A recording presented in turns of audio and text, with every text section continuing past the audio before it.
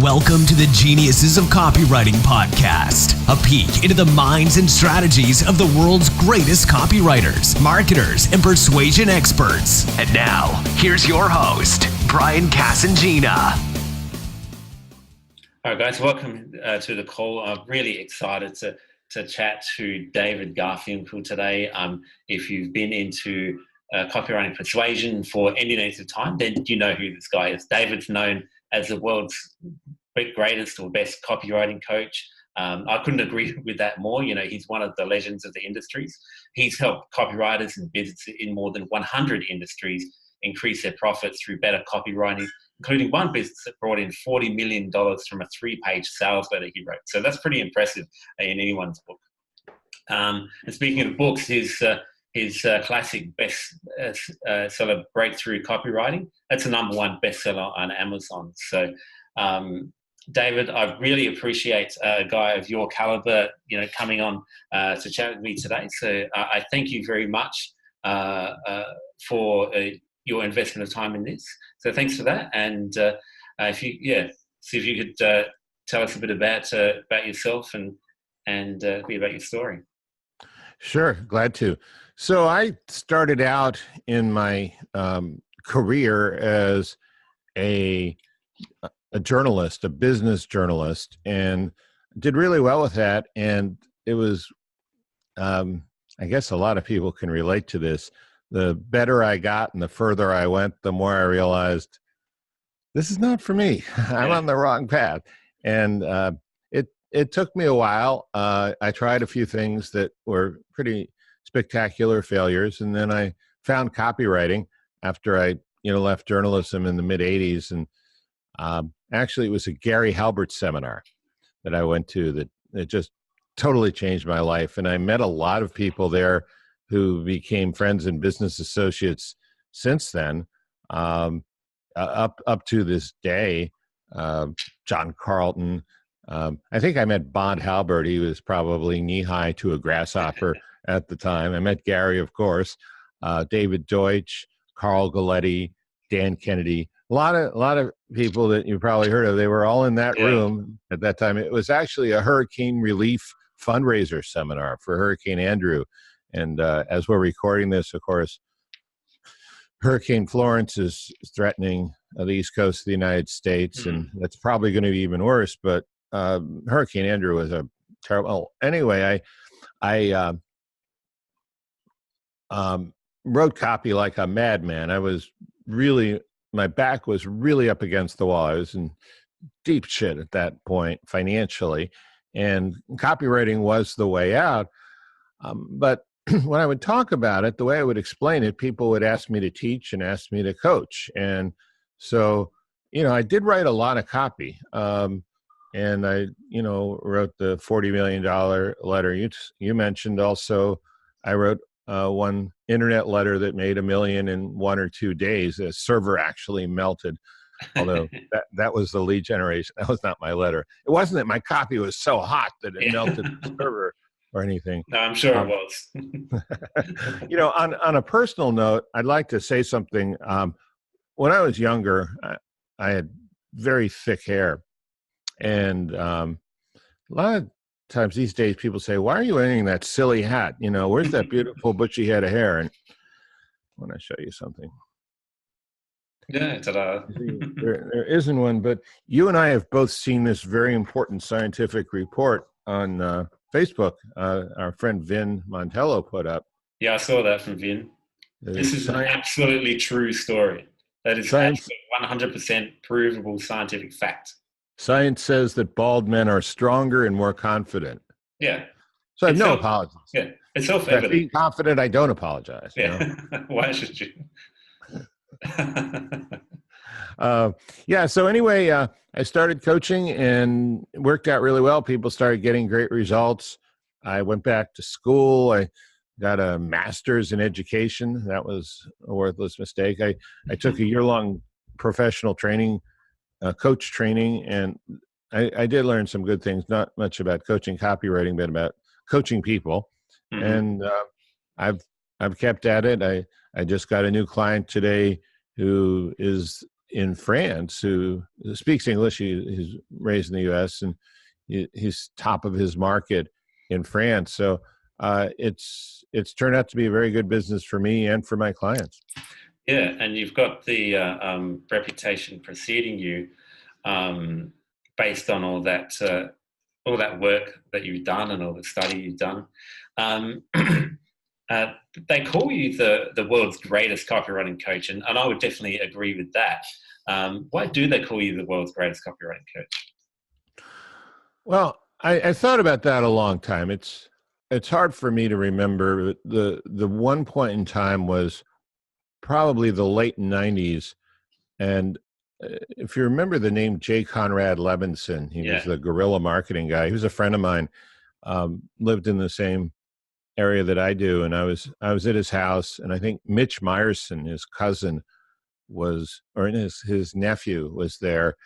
And we were talking, and I told him that, I was going to be doing this, and they said, well, what about your positioning? I mean, they didn't say branding, but what about, and why don't you say you're the world's greatest copywriting coach? And I said, well, then I'd actually have to be the world's greatest copywriting coach. They said, well, I'm the world's best selling marketing author. You say something, you got to actually, that's all I can remember. And I started to tell people, and they started to agree, and then they started to say it themselves. And I'm the only guy I know who actually does this full time and doesn't do anything else. I mean, some of my A-lister friends do copy critiques or copy chiefing. I don't know anyone else who does this. I still write a little copy, mostly for myself and for clients, only people I've known for a while.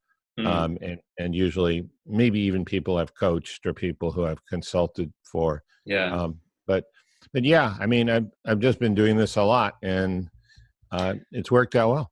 So is that kind of the place where you found yourself, this is the most effective version of yourself, this is where you do your best work? I believe so, yeah.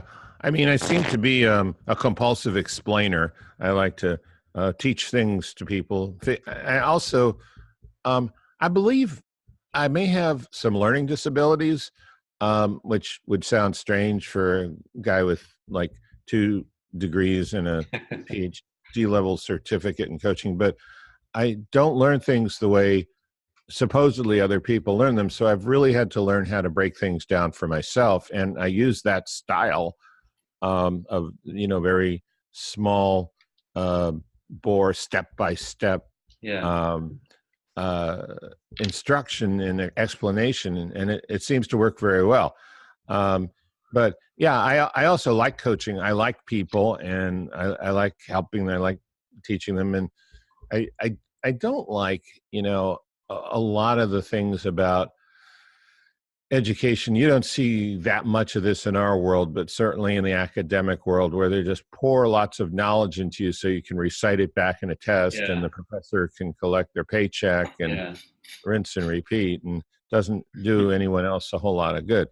So I'm very much about the practical stuff. Yeah, that's very important. Speaking of people getting started, do you coach people who are beginner copywriters or people who have some experience? What's your advice for people getting started in the area of copywriting? Yeah, so I don't coach beginners. I've tried that, and it's been a disaster over and over again. I just don't know how to help someone get started from zero. As a coach, as a teacher, I have some good ideas, and based on what I've done and based on what some of the people I know who are really good at working with beginners have those people do, and I can share those with you. The first thing is you need to read. You need to read about copy because, as you know, Brian, you have to think very differently about the way you write, and you need to write very differently. And so you need to read. You can't do this just out of your imagination or out of your preconceptions. You have to both read a lot of copy, both inside the niche you may be working in if you picked a niche, and elsewhere.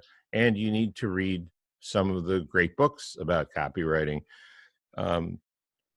usually 7 times. For example, Scientific Advertising. On the cover of one of the editions of Scientific Advertising by Claude Hopkins, the great David Ogilvy is quoted as saying, "No one should write any advertising until they've read this at least 7 times." Yeah. Because I'm a slow learner, I read it twice as many. I read it 15 times. So, there are a handful of books like that. I'd also recommend my book, Breakthrough Copywriting, because it's great for beginners and it's also good for more experienced people who are looking to fill in gaps in certain areas. Yeah. So, yeah. Definitely, I agree with that. I mean, my point of view is, and I get people approaching me for copywriting coaching at times, and I never have advertised anything like that, so it's kind of an organic thing. But really, if they don't have any base in copywriting, I feel like it's really hard to really push them forward in their results. And if they don't know the difference between a headline and a PS, then they need to go and do that groundwork. So if I was going to be a full-time coach, I would do exactly the same thing. Yeah, and I would say, besides reading, you want to write, you want to practice, you want to try stuff. You might write a Facebook ad or a Google AdWords ad, or a display ad, or maybe just an opt-in page. But you need to actually practice doing it. Yeah. Writing is so mental. People think you can do it all in your head, but you can't. There has to be at least an interaction between you and your fingers, and ultimately it's about an interaction between you and a prospect. Hand copying letters, which everybody hates, and everyone I know who's good has done. I think that's really important. Yeah. And starting, I think you should go to some introductory seminars or webinars, but be careful. Go at the early stage. It doesn't have to be someone who's great at teaching, but it needs to at least be someone who has experience in the real world. One thing I spent a long time thinking about is, why don't they teach good copywriting and direct marketing at colleges and universities? And there may be some exceptions. I think NYU may have some. There may be some in Australia or UK or Thailand. I don't know, but I haven't seen any personally. I think a lot of the reasons is the rules you need to succeed in an academic environment would almost prevent anyone who's a really experienced copywriter from being one of your teachers. And if you learn from someone who understands the theory but not the practice, that's dangerous. You shouldn't do that. Yeah, I couldn't agree more. Because if they really understood the core of what copywriting is about, they wouldn't be the person who is in a classroom teaching it as a 9-to-5 job. Yeah. Now, I mean, there are exceptions. For example, Bob Bly is a great copywriter and a great teacher. I don't prefer his style, but I respect him. I learned a lot from him in the beginning. He has taught at NYU. Yeah. Again, I don't know why I keep bringing up NYU. Well, maybe because I lived near there when I worked in New York, even though I had nothing to do with NYU. But that sort of stands out in my mind as a place where you might get something good. And he was still, Bob's sort of famous for his 12-hour days. After he's multimillionaire and has 80 books in print. Yeah, 80 books in print. That's a lot of books. And it's a lot of hours too. But I mean, he didn't give everything up. He did that as like a professional thing or a part-time thing, whatever. So what about if I can move on to people who have like established businesses but not established copy? As I record this, I've just taken on a new client who will be writing copy for, and they've got an e-commerce business with a health supplement they've been selling worldwide, and they are doing well into 6 figures per month. but they've literally never emailed their list. They have absolutely basic copy on the product pages. They've done well just by being ranked in Google and by having a good product and having a basic core concept. But what can business owners like that do if they've experienced a good level of success but without copy? How much upside potential does a business like that have, and what kind of things should they do with their copy? Yeah, well, a few things. I will get to your question, but first let me say I'm jealous of you. It's going to be so easy for you to be a hero with these guys. And Gary Bencivenga, for anyone who doesn't know, famous copywriter. Some people said he was the guy everyone was afraid of, you couldn't beat him in controls. He said a gifted product is more important than a gifted pen. And this is a classic example of that, to the tune of 6 figures a month, right? Gifted meaning high quality, not some special esoteric meaning of the word there. When someone's at that level, step number 1 is to hire Brian. That was a good idea on their part. He's done that part. He's done that one. If they want to learn more about writing copy themselves, so certainly all of the other things, the kind of person you're talking about is the kind of person I do work with business people who have a lot of experience in business, especially e-commerce, direct marketing, but maybe not the copy, because a lot of what a beginner has to learn, they've already learned, or they couldn't be doing it. Yeah, exactly. But then to take it to the level of being a good copywriter, at that point, you need to get around experienced people. Now, they're going to learn a lot working with you. You'll probably be surprised. They're not going to be as good as you, and they're going to need you, but they're going to get better. They'll pick things up, because to get to that point in business, you fall over, stub your toes, skin your knee a lot. You have to, because you're basically inventing something new with a business like that. I'm speaking in shorthand here, but we could spend hours if we could. but you know what I mean. So the things I think that work, besides maybe reading some of those basic books, is going to being around experienced people and getting feedback. Working with an experienced, successful copywriter like yourself is certainly a good step. Joining masterminds. But join a real mastermind. I mean, one example is the mastermind I do with John Carlton and Stan and David Deutsch, and Kevin Rogers is there a lot too.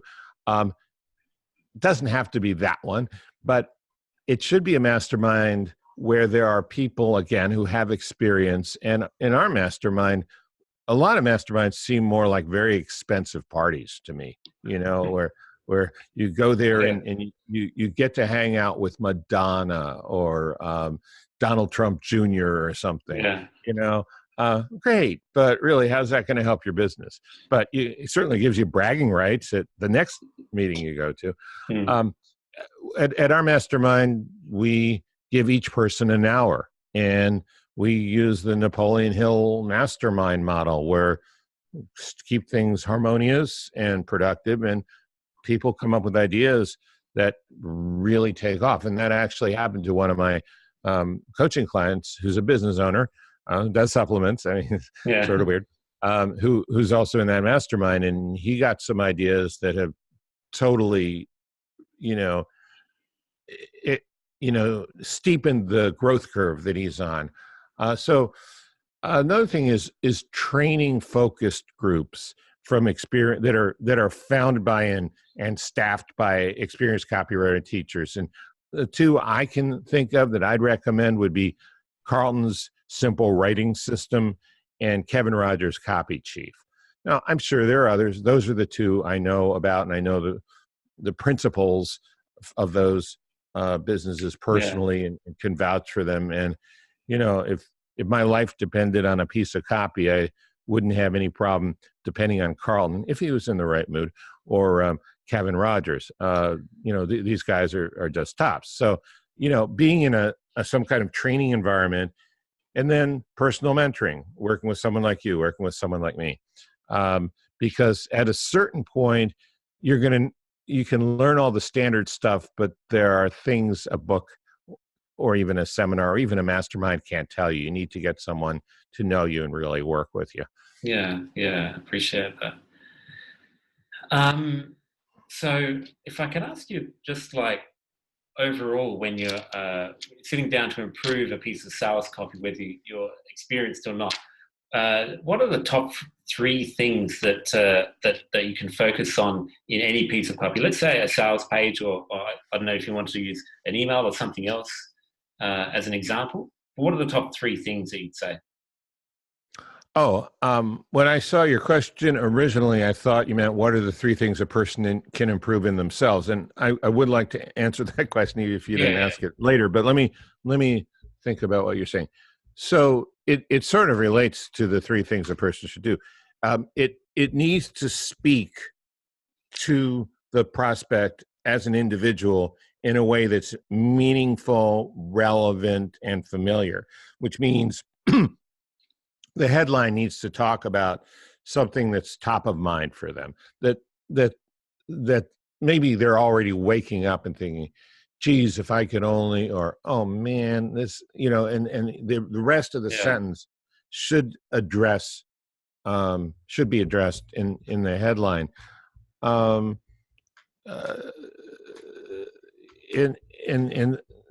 it needs to read like a conversation, not like a real conversation. If you go to they have Starbucks in Thailand, right? Yeah. It's big here. Yeah. So you go to a Starbucks where there's some expats like yourself, and people are talking, right? And you put on your phones and you pretend you're transcribing something. You're actually listening to what people say. You'll find they start and then they go off and then different direction, and then they repeat so you don't want to be conversational in the way that people actually talk, but you want to write in a much more focused, persuasive, high energy, enthusiastic way. And by the way, writing conversationally, Carlton said this, and I agree with him. I never thought about it until he said it, and then I reviewed what I'd seen in people I've worked with and other copywriters. Learning how to write conversationally is maybe the last skill that comes in after you've been working on it. It seems like it should be so easy, but it's a lot of things seem like they should be easy. And then your stories and your bullets. I mean, in an opt-in page, you're probably not going to have a story, but you probably will have bullets. Bullets make a difference. I remember David Deutsch once told me he rewrites his bullets 4 times. 4 times. And everyone? Everyone. And, he also had 7 controls going for Boardroom, which was at the time maybe the biggest, or certainly one of the biggest mailers. Simultaneously had 7 pieces that people That's couldn't. Crazy. Yeah. But he's good. He's amazing. I mean, maybe he's better than Ben Savenga, but maybe just didn't want to mess with him. I don't know. But he's really, really good. And so, to turn your question to the one I thought you were asking, which is what should a person focus on in terms of their skills? In this too. It's the same thing, but from the point of view of skills rather than the written document. It's getting to know your target market personally, getting better at writing conversationally, and improving 3 things: storytelling, headlines, big ideas, and bullets. Beautiful. And that's what you just went through over the last few minutes is some just incredible information. So I really appreciate you sharing that. Sure, you're welcome. And you mentioned knowing your target market. How do you really get in depth in that? Because this is one of the things that I know is one of the most important parts, knowing who I'm writing to. But there's so many different ways of doing it, and you're not always certain about the ways to research a customer. So I'd love your insight on this area. Absolutely. So let me start out by saying that some copywriters You're talking about in-depth, which I agree you should. Some copywriters won't even stick their toe in the shallow end of the pool. They're going to, and I don't know if they're afraid or they just don't get it or they're arrogant. I don't know why they don't.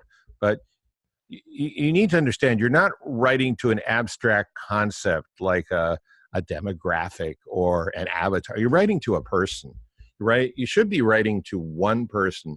And so you need to know about a lot of the people in the market to actually visualize an actual person that you're writing, a living, breathing, reacting, emotional, irrational, stubborn, cranky person with a credit card.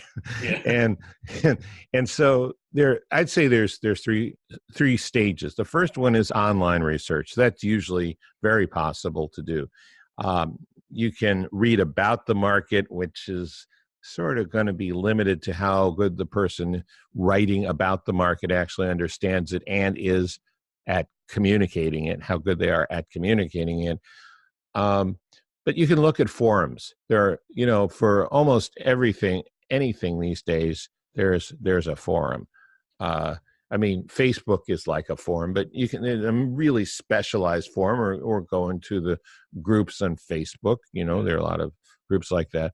See what kind of comments they're saying. Especially look at questions and complaints and requests.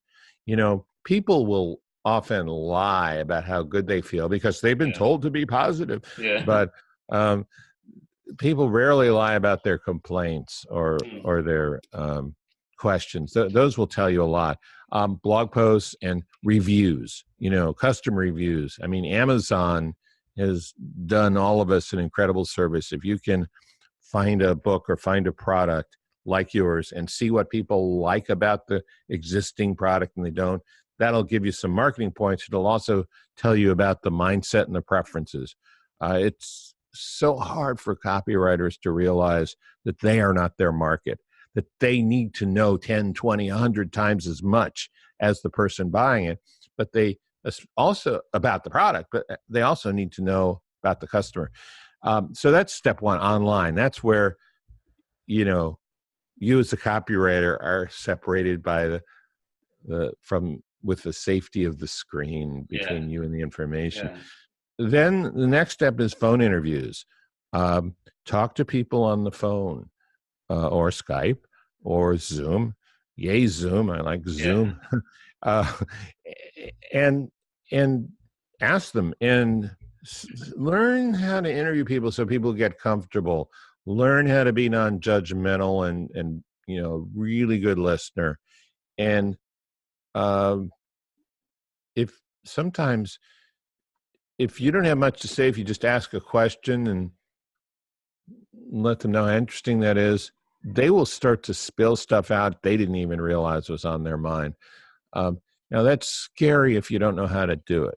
And some people, I know some copywriters are so introverted, and I'm going to talk about one a little later, they really don't like to talk to people, but you should. Get over it if you're introverted. Get over your social anxiety. This is part of your job. You just got to do it. And then the third part is going to be especially scary to people like that, but it's the best thing. Go out and meet them. Go to trade shows, go to their stores, set up meetups, have coffee with them. They even have a Starbucks in Italy now. They only have one, and every Italian I saw in the news article said, "This is not coffee. I'm sorry, I can't go here." But no, really, it doesn't have to be at a Starbucks. It could be at a convention center. But, meet people, talk to them. It's amazing because it's like businesses. Every business is 90% the same, but the 10% that's different makes them unique.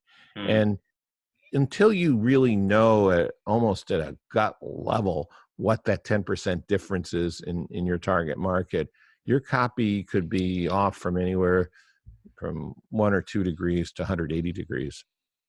Yeah, that's really interesting, and that's the part that I've often struggled with, the assumption that I know enough to write to a market without having to do the in-depth research. which is why I wanted your insight on this to help myself improve as well as the listeners here too. So, that's really valuable information for anyone who's writing to any market, really. Cool. I'm glad. So let's move on to this. I know you don't really teach many beginners, but there could be, a person who has some copyright knowledge. And this was me after probably the first year or so studied copyright. I dove right in. I bought some courses and I studied with copywriting, and I thought that I knew everything, about all the structure and the formulas of direct response copywriting. And then after a certain point, I dived in and started actually running a business with the copy. So what I'm trying to ask is, what stage do you consider a person, where at any point on their journey where they're learning copywriting, whether it's beginner or advanced, what stage should they jump in and start running ads and testing their own copy? Well, okay. Again, with a disclaimer, I'm not the best person to ask this question. I mean, I don't coach beginners, but I don't ban them from my life. Yeah. I talk to them. I'm friends with them, but I'm not sure this is exactly the best advice. This is what I can say. I actually have a client, his business partner is in Bangkok, Cliff. You probably don't know Cliff, do you? But and Igor Ledachovsky, he's a hypnosis teacher, but he's pretty knowledgeable about things outside hypnosis. And one of the best pieces of advice I ever got in life and business was from him. He said, risk small, but risk often. So, a lot of people hear about the $25,000 or $50,000 that people like you and me get for our copy for our big projects, and they think, oh man, that's what I got to do. No, you start wherever you are, and sometimes you're going to take all the risk yourself. You're going to write something for free or on spec, or you pay me if you like it. And yeah, sometimes you're going to get steamrolled on things like that. And you're not going to take it personally because you got something out of it. You got experience. You learned something. You found out what it's like. It's so, there's a great movie I like. It's an American movie called Jerry Maguire. Yeah, classic movie. And right at the beginning, Tom Cruise, as the sports agent who's about to get fired, is talking about all the high school athletes. And he says, a lot of them look promising, but until they turn pro, it's just like popcorn in the pan. Some pop, some don't. Yeah, right. And so you've got to get out there and start trying to pop. And don't focus too much on money at the start. It's a lot easier to get good money, or you get paid at all, after you've had some real world experience. You should almost pay people to write for them. I'm not suggesting you offer that, because there are enough sharks out there who'll take your money.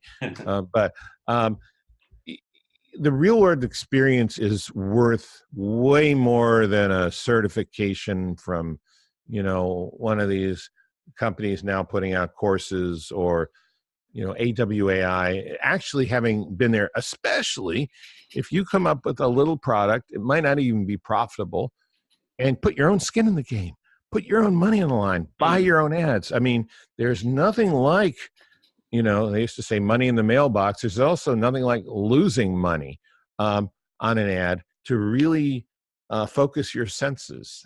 Yeah. and so I'd say, get experience, get a sense of, what do they call it? The roar of the grease paint, the smell of the crowd, or something like that. Right. Know what it's really like. Yeah. And I can't tell you when's the right time to start, but, don't wait forever, but, try to get some experience that a prospect would consider making it worthwhile to risk their money on before you ask someone to do that. I think it's often like when it comes down to procrastination on this, it's like people like to stay in the movie rather than in the game. In the movie you can sit back and watch what happens passively, but once you get Right. in the game, you got to play the game, and there's a chance you could lose the game, but that's what makes winning the game so much sweeter. Right. But remember, you always pay to see the movie, but sometimes in the game they pay you. So Yeah. that's important too. Yeah. So thanks for that. Sure.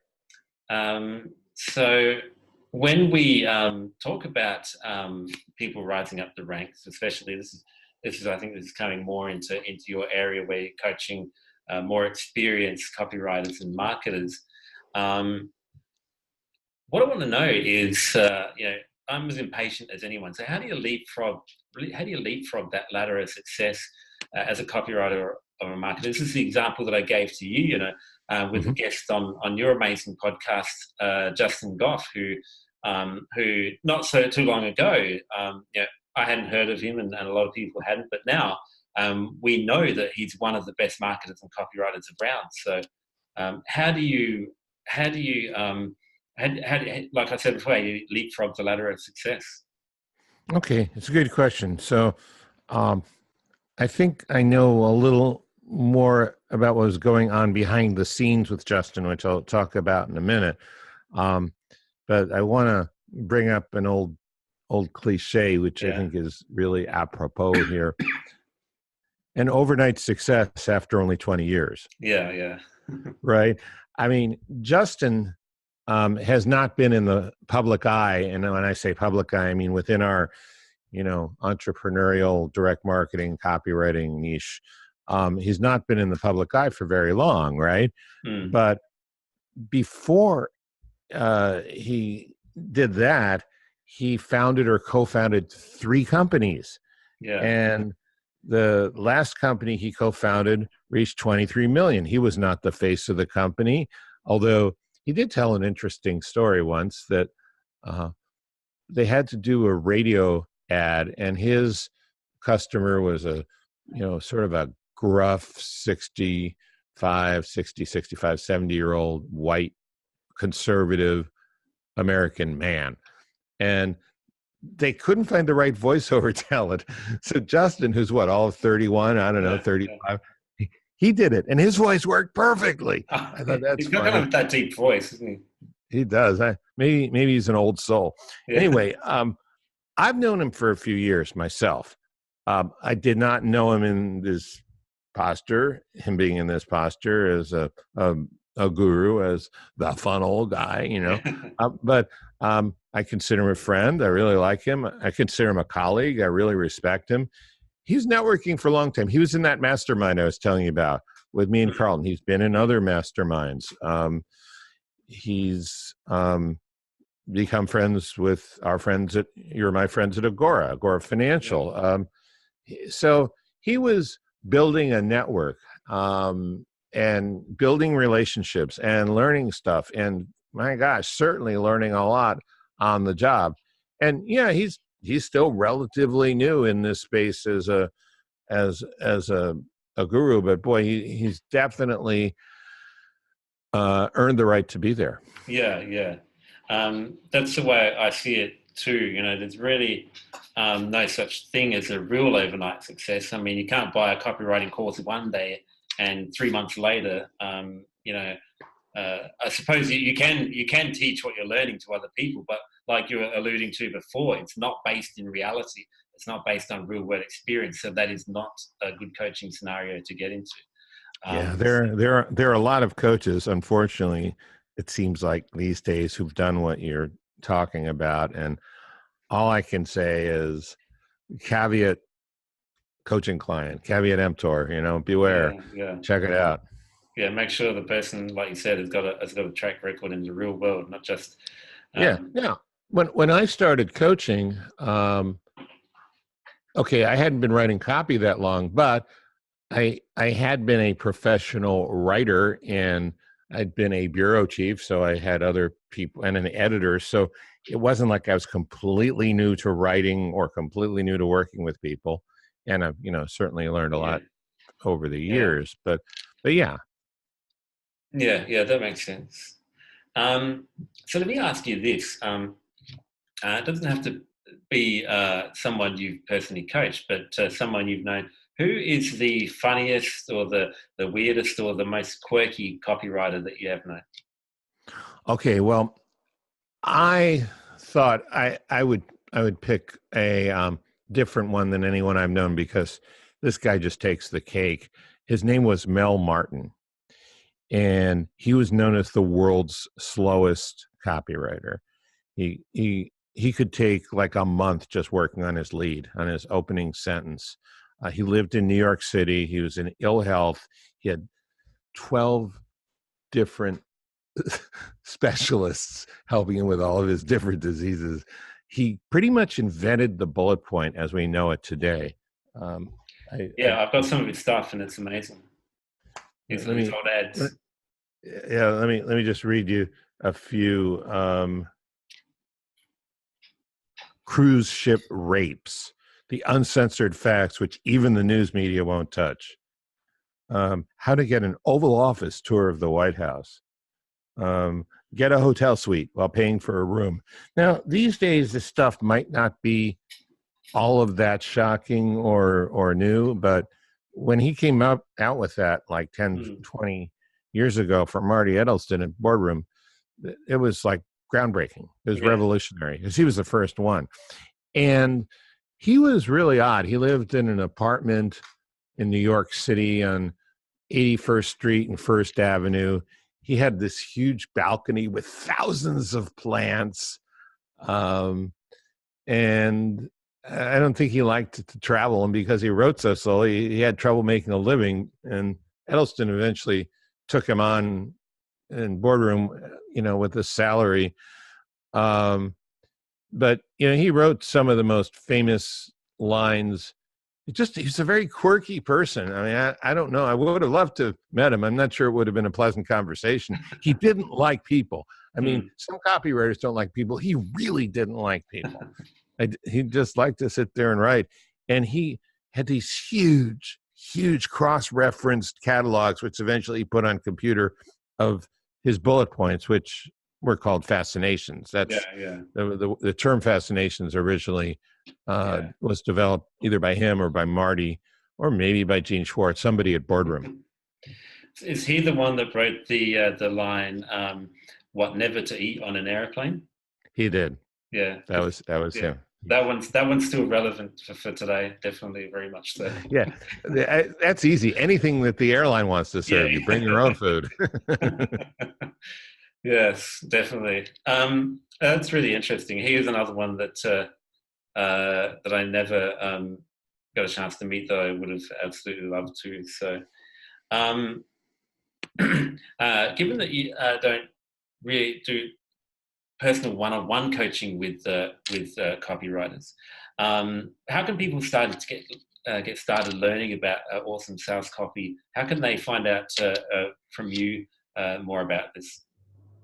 And sure. more about you? Sure. So the study and practice I recommended, there's a list of books. I think, well, okay, I have 2 lists of books and 2 podcasts, which I'll get to my podcast in just a second. Yeah. And webinars, there's some teachers. Find an experienced teacher, preferably someone with a little gray hair or no hair, who's been around a while, who you like, and possibly Simple Writing System or Copy Chief.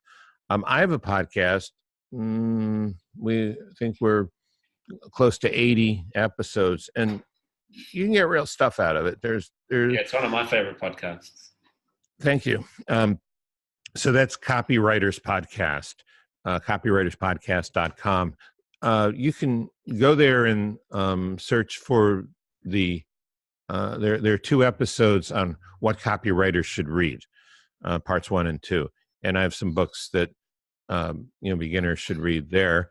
Also, my book is included in there. That's good. At some point, as you read more and write more and watch more videos, and maybe take some home study courses. Start mingling with grizzled old pros. Masterminds, seminars, some kind of event like that. And again, like I said, get some skin in the game. Do a product with your own money. You'll learn more faster that way than anything else. So my podcast is okay. So the podcast is copywriterspodcast.com. Book is Breakthrough Copywriting, and my website, if for someone who's maybe a little more advanced or wants a critique on some copy that they're a lot is weighing on it, is garfinkelcoaching.com. Yeah, especially advise, it would be a great idea to get a critique if it's an important piece of copy, if you have a budget to mail it, or if you're perhaps a freelancer who's writing for a client. You could do a lot worse than get a copywriting critique from someone like you. So that's definitely an amazing idea. But the book and the podcast is like, should be no-brainers. Thank you. Yeah. So definitely go ahead and do that, guys. I really appreciate you coming on to share all that info with us, David. I really appreciate your time. I know you're very busy, and like you say, you do a lot of interviews. So and you've got your own podcast as well. So you're on the other side of the mic a lot of the time too. So I really appreciate you taking the time out to do one extra interview for me. I'd love you to come back sometime whenever you're free, and we can do this all again if you have time. You're always welcome. So I'd love to. It'd be fun. Yeah. It's good to talk with you. Yeah, same here. So thank you from the bottom of my heart for all the great information that you've given us. So everyone needs to go to copywriterspodcast.com, was it? Yeah, copywriterspodcast.com. Yeah, I was just forgot if the S was in there, but yeah, it is. So do that now. Get the book and listen to the podcast. You won't regret it. And thanks for joining us. Okay, thank you, Ryan. Thanks. Thank you for listening to Geniuses of Copywriting with Brian Casangina. To get the full transcript and all the resources mentioned on today's show, go to www.geniusesofcopywriting.com now.